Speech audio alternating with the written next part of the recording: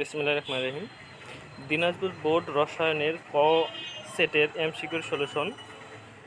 1-এর খ জিঙ্ক, 2-এর ঘ, 3-এর ঘ শেষেরটা, 4-এর ক, 5 এটার সলিউশন আমি কিছুর মধ্যে দিব, 6-এর গ, 7-এর ক, 8-এর ঘ, 9-এর খ। তোমরা একটু মিলিয়ে নাও। 10-এর গ, 11 এটার একটু কনফিউশন আছে, এটা আমি দিচ্ছি পরেই। 12-র খ, 13-র গ, 14 ঘ শেষেরটা, 15 ক, 16 গ, 17 ক, 18 ক।